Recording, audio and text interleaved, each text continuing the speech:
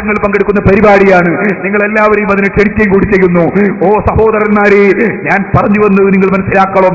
ഞാൻ പിരിവെടുത്തിട്ട് റെസീറ്റ് കൊടുക്കട്ടെ, നീ മൗലവിക്കാണോ? മൗലവിന്റെ കഥ ഒന്ന് വെച്ചു കൊടുത്താ മോനെ. അവരാ സംഘടനയിൽപ്പെട്ടവരെന്നെ പറയട്ടെ, പിരിവെടുത്തിട്ട് എങ്ങനെ ഉണ്ട്. എന്നിട്ടിപ്പോ അവസാനം ഈ മനുഷ്യനെ ഭയങ്കരമായി ചൂടായിട്ട് നമ്മളെ വെല്ലുവിളിക്കുന്നുണ്ട് മുബാഹ നടത്താൻ. മുബാഹ നടത്താൻ അദ്ദേഹം തന്നെ പറയുന്നത് മുസ്ലിങ്ങൾ തമ്മിൽ മുബാഹ വെല്ലുവിളിക്കാറില്ല. നമ്മൾ നടത്തിയിട്ടുള്ളത് സാദിയാനികളെക്കാണ്.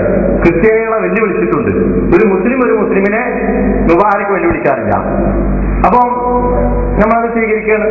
ഒരു മുസ്ലിം അപ്പൊ സ്വാഭാവികമായിട്ട് ഒരു അമുസ്ലിമും ഒരു മുസ്ലിമുമാണ് നടത്തുന്നത്. ഞങ്ങൾ മുസ്ലിങ്ങളാണ് സക്കരിയാന്റെ വെല്ലുവിളി ഞങ്ങൾ ഏറ്റെടുക്കുന്നു.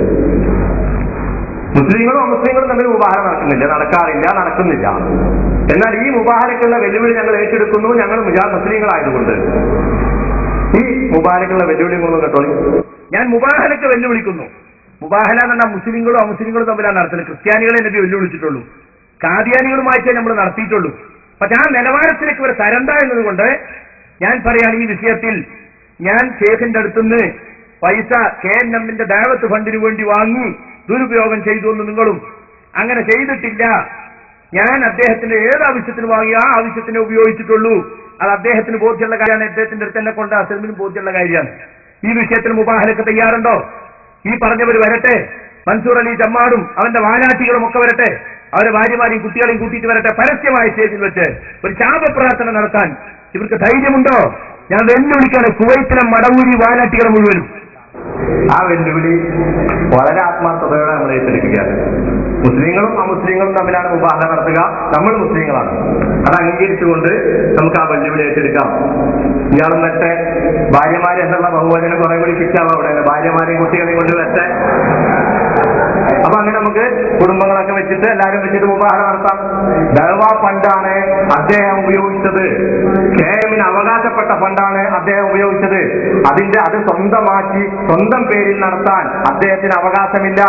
ഞാൻ നേരത്തെ പറയാൻ വിട്ടൊരു കാര്യം, അദ്ദേഹം പണിത ഭൂമിന്റെ കാര്യം ഒന്ന് അറിയേണ്ടതുണ്ട്. അയാളുടെ ബുദ്ധിന്റെ ഒരു ആഴം. ഇക്കാര്യത്തിലൊക്കെ ബുദ്ധി ഉപയോഗിക്കാൻ പാടില്ലുള്ളത് ദീനിന്റെ കാര്യത്തിലാണല്ലോ. അവനെ കീശന്റെ കാര്യത്തിൽ ബുദ്ധി എങ്ങനെ ഉപയോഗിക്കാലോ? ഈ ആൾക്ക് പൈസ കൊടുത്തത് അയാൾ ഈ കത്തത്തിന്റെ പ്രത്യേകം പറയുന്നുണ്ട്, ഭൂമിക്കും കെട്ടിടത്തിനുമുള്ള പണം അറബി തന്നു. ഈ ഭൂമി ഇയാൾ എന്ത് ചെയ്തോയോ? സ്വന്തം വീട് നിൽക്കുന്ന ഭൂമിയിൽ ഒരു കഷ്ണം അയാളെന്നെ വിലക്കെട്ടി. എന്നിട്ട് അത് വിറ്റു. ആർക്ക്? സക്കരിയ സലാഹി, ഡോക്ടർ സക്കരിയ സലാഹിക്ക് വിറ്റു.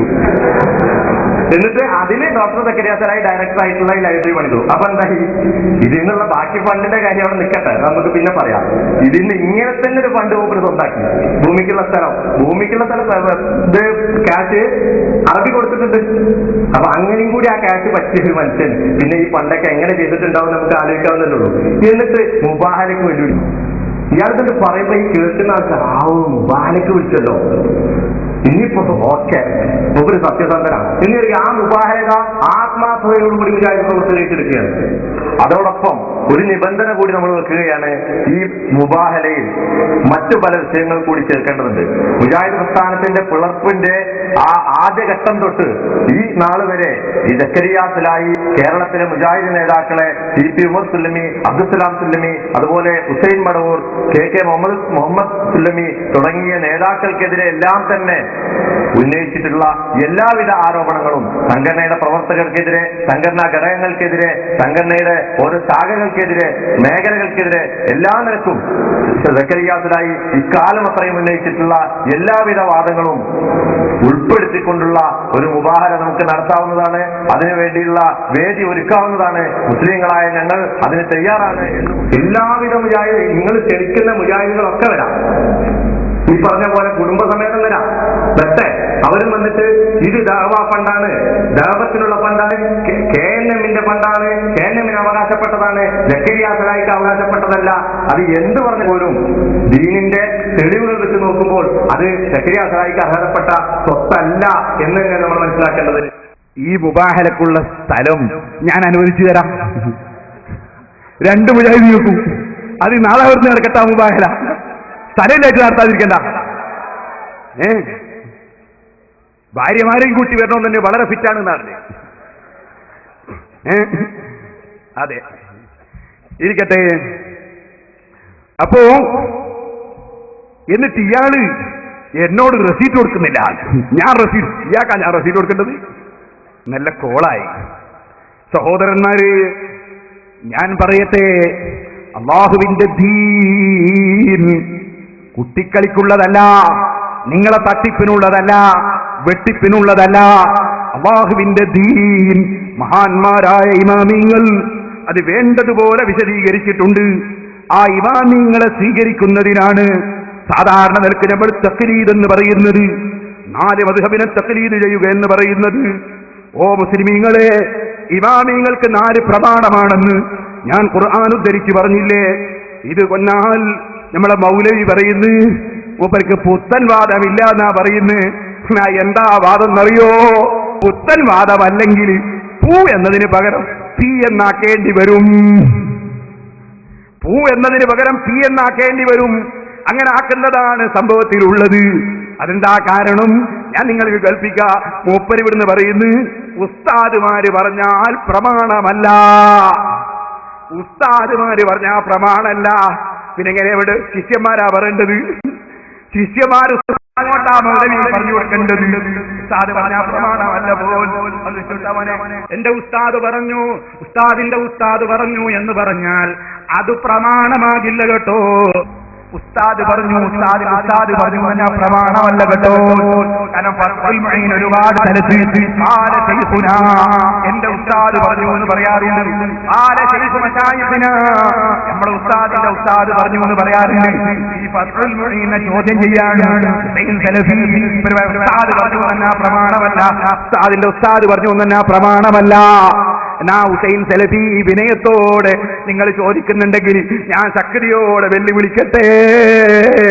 നിങ്ങളെ മദ്രസയിൽ കുട്ടികൾ വന്നു, നിങ്ങളെ കോളേജിൽ കുട്ടികൾ വന്നു.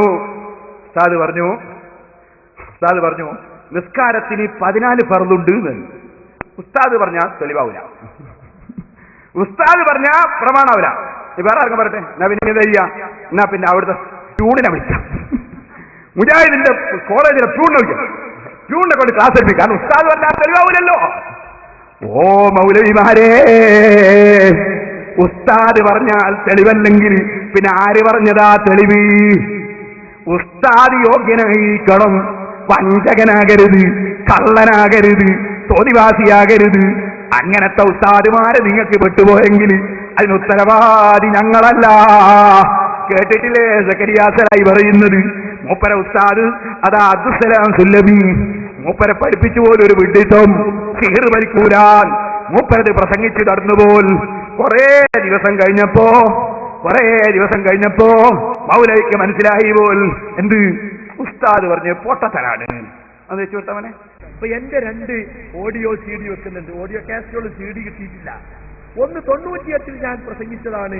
ഈ സുല്ലമിയുടെ ശിഷ്യനായി വളർന്നു വന്ന ഞാൻ അദ്ദേഹത്തിന്റെ സ്വാധീനത്താലുണ്ടായ ചില ആശയങ്ങൾ, സിഹർ വലിക്കുന്ന തലാഖതിനെതിരാണെന്നൊക്കെ പറഞ്ഞ് ഞാൻ പ്രസംഗിച്ചിട്ടുണ്ട്.